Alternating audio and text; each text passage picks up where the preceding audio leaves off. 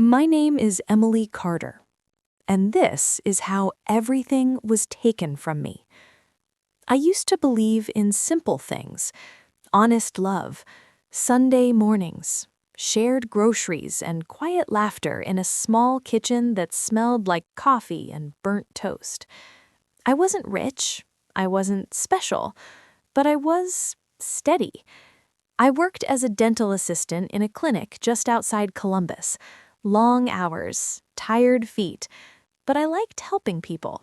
I liked routine. And I liked him, Jason. We met at a gas station, of all places. I was struggling with a broken card reader. He stepped in, joked about how technology hates him too. He had this calm confidence, the kind that made you feel safe without trying. 6 months later, he moved in. A year later, we were talking about getting married.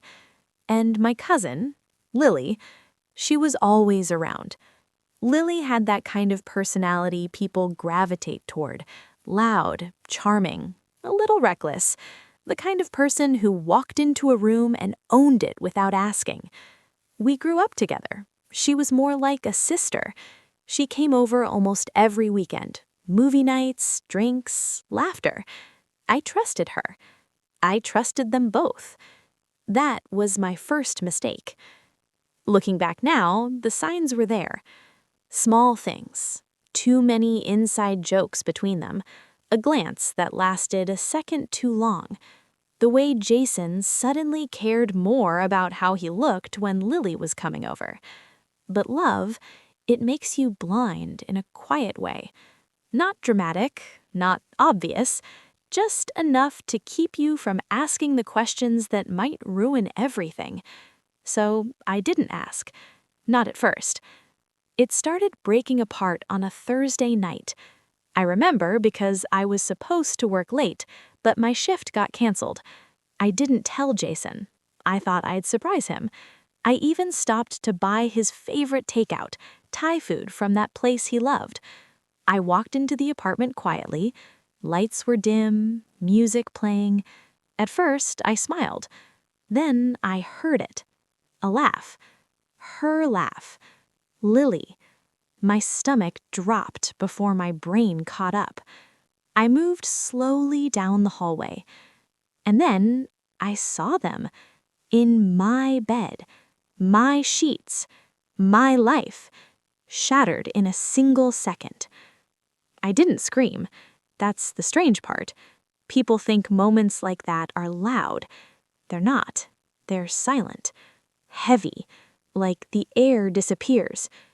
Jason looked at me first. His face went pale. Lily turned after. No shame. Just irritation. Like I had interrupted something important. "Emily," Jason started. I dropped the food.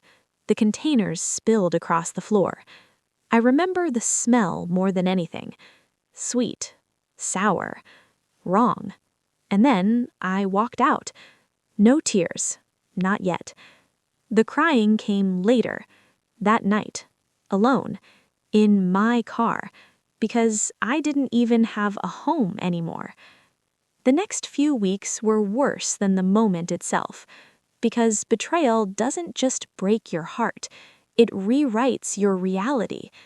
Jason moved out, but not far, into Lily's apartment, of course. And somehow, I became the villain. Family members said I was overreacting, that things happen, that Lily didn't mean to hurt me. Jason told people I had been distant, that our relationship was already failing, and people believed him. Why wouldn't they? He was charming, convincing, and I was just broken, quiet, angry. At work, I could barely focus. At home, what was left of it, I felt like a stranger. Even my aunt, Lily's mother, stopped calling. It was like I had been erased, replaced. That's when something inside me changed. Not loudly, not dramatically, just quietly, like a switch flipping. I stopped crying, stopped explaining, stopped defending myself. Because I realized something important. Truth doesn't matter, not if no one wants to hear it. So I stopped trying to be heard, and I started listening instead, watching, learning. Jason and Lily thought they had won. They posted pictures together, smiling, laughing, living the life that used to be mine. But they didn't know me anymore. They didn't see what I was becoming. And that was my advantage. Revenge isn't about anger, not real revenge. It's about patience, control, timing. So I waited. I got a new job, better clinic, better pay. I moved to a smaller apartment, cut off anyone who chose their side. It hurt, but it made things clearer, cleaner. Then I started paying attention to Jason, really paying attention, not as someone I loved, but as someone I needed to understand. He was predictable, always had been. He liked attention, validation, being admired. And Lily, she was impulsive, emotional, possessive. That combination, it doesn't last. I knew that. I just needed to let it happen. Months passed. I stayed silent. No posts, no messages, no reactions. That was the hardest part, because they wanted a reaction. They needed it. But I gave them nothing. And slowly, cracks began to show. I heard things from mutual friends who still talked. Jason flirting with coworkers, Lily getting jealous, arguments, public scenes. But still, I waited. Because small cracks weren't enough. I wanted collapse.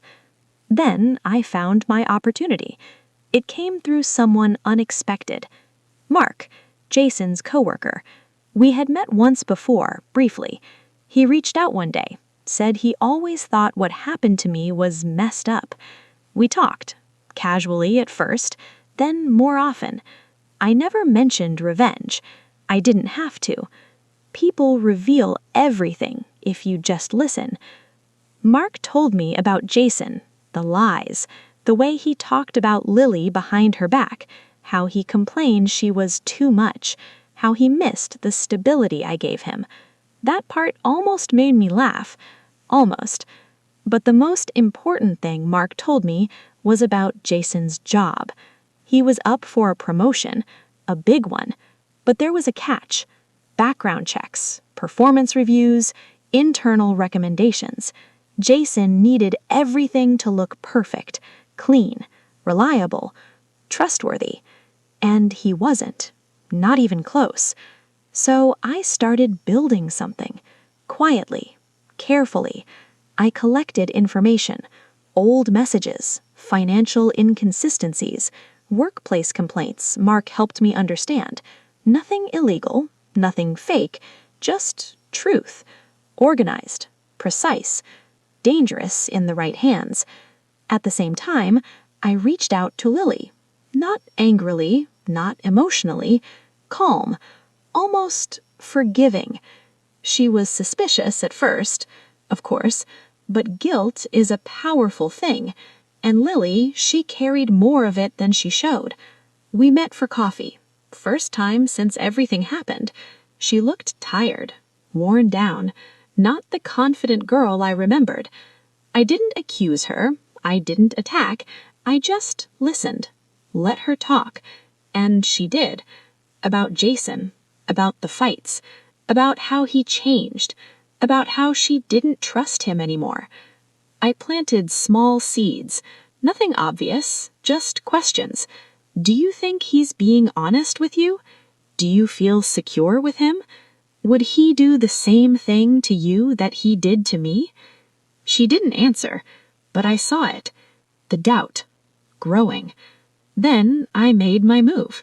Not all at once. Piece by piece. First, the job.